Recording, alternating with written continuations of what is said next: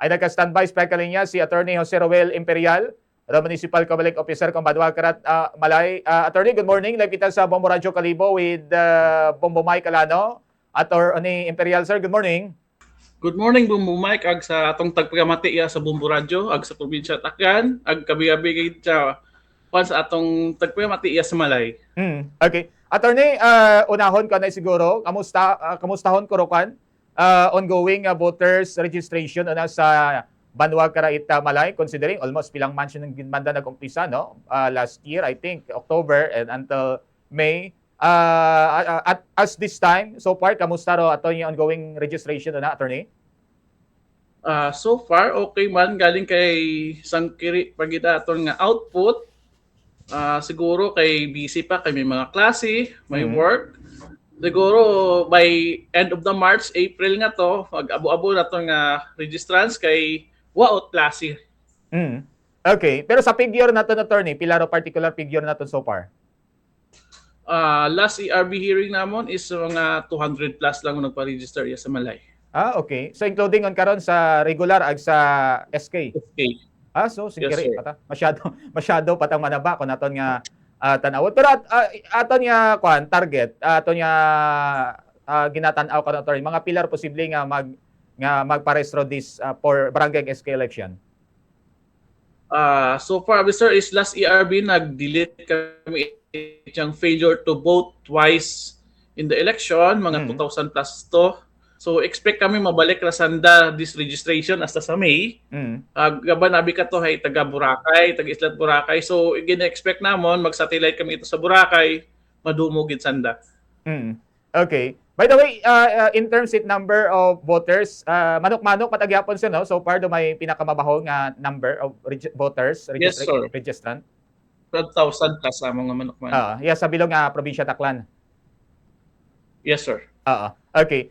In terms of dayag karang barangay and sa ganang gapatan election, isa naton, I think, last time nakapagawa na gid ba ni calendar of activities raton karon nga central office at Comelec.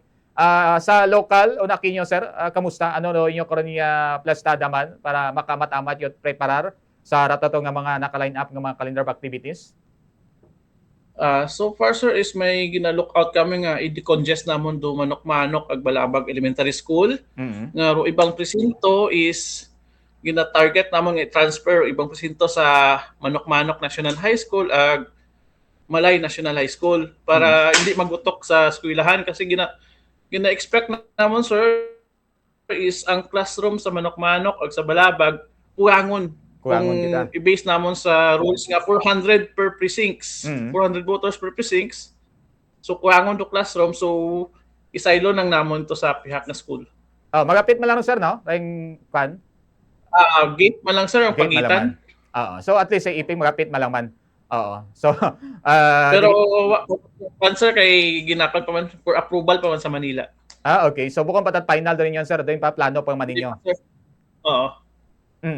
Okay. So sa in terms it kwan, mga concern o na mga ato ani may mga ginpang delete yung kamo ato nga mga kwan.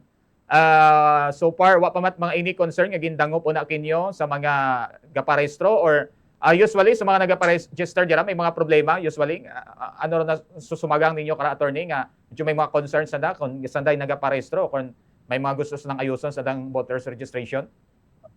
Usually man ang concern man lang is wa sanda kada ID nanda. Nga identification nanda.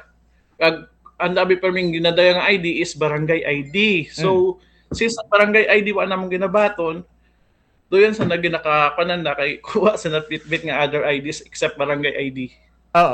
Ano nga nila explanation karon attorney matwat hamanwa ginabaton makart Comelec or barangay ID or barangay certificate, something like that? Ano reason ka attorney? Yes, sir. So based sa observation ni Comelec, kung barangay ID, kung kaapin ikaw ni kapitan, tawan ka na, kung kontra ka na, usually ginabalibaran nanda.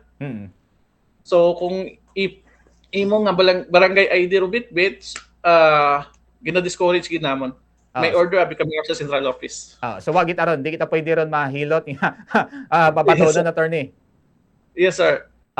Okay. Aside lang sa other IDs. So abo man yung mga IDs, no? Mga valid IDs, government valid IDs nga ginabaton ni attorney. Yes, sir. So far, wa ka mo schedule yung mga satellite registration as of the moment, attorney. Kamusta? May amon. So this as of February 10, 11, 12, 13. Sa February 10, Barangay Balusbos. February 11, Barangay Mutag. February 12, Cubay Sur. February 13, Nabaoy. Ang sa March namon nga schedule, March 2, Barangay Kugon. March 3, Argao. March 4, Napaan. March 5, Sanbiray. Ang April namon, sir, is sa Isla kami. April 6 to 8, Manok-Manok. April 9 to 11, Balabag. April 13 to 15, Barangay Yapak.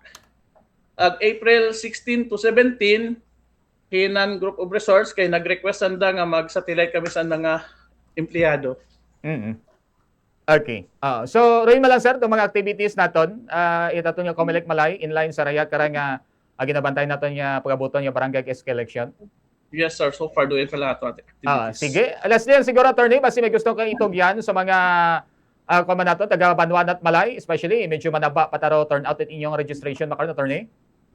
So far, ginainganyo ko gid atong tagpagamit sa Malay nga magparehistro ka mo magdayan kita valid IDs sa mga SK, birth certificate, sa mga failure to votes nga to, may gin-forward na kami nga listahan sa barangay.